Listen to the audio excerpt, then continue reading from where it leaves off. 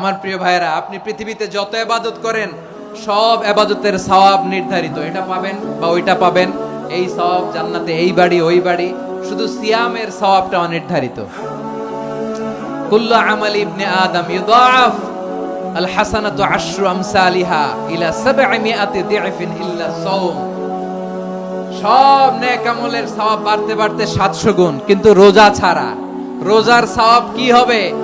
বান্দা খালি রোজা রাখে, ফেরেশতারা কিছু লিখতে পারে না আমল নামায়, কারণ আল্লাহ বলে এটা কিছু লিখিস না, কারণ as-সাওমুলি, এই রোজা রাখছে আমার জন্য, ওয়া আনা আজজি বিহি, এই রোজার সওয়াব, প্রতিদান, অ্যাওয়ার্ড এটা কিয়ামতের দিন আমি আল্লাহ নিজ হাতে দেব, নিজ হাতে দেব। আরেক বর্ণনায় এসেছে ওয়া আনা উজজা বিহি, আমি আল্লাহ নিজেই হয়ে যাব রোজার প্রতিদান। সুবহানাল্লাহ পড়েন।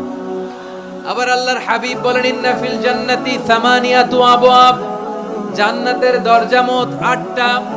ফিহা বাবুন ইউসাম্মা আর-রায়্যান, 8টা দরজার মধ্যে স্পেশাল একটা দরজা আছে, ওই দরজাটার নাম হলো আর-রায়্যান।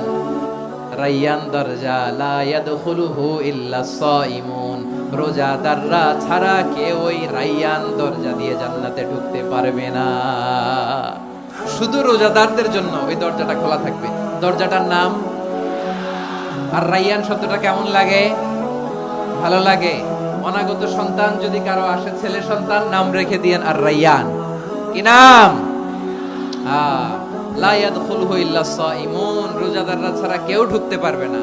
মান দাখালাহু লাম ইয়াজমা আবাদা, একবার যে এই গেট দিয়ে ঢুকবে, he will never be thirsty again, তার গলা থেকে চিরকালের জন্য আল্লাহ তৃষ্ণা মিটায় দিবে। আমরা এই রায়্যান দরজা দিয়ে সেদিন জান্নাতে ঢুকতে চাই কি চাই না?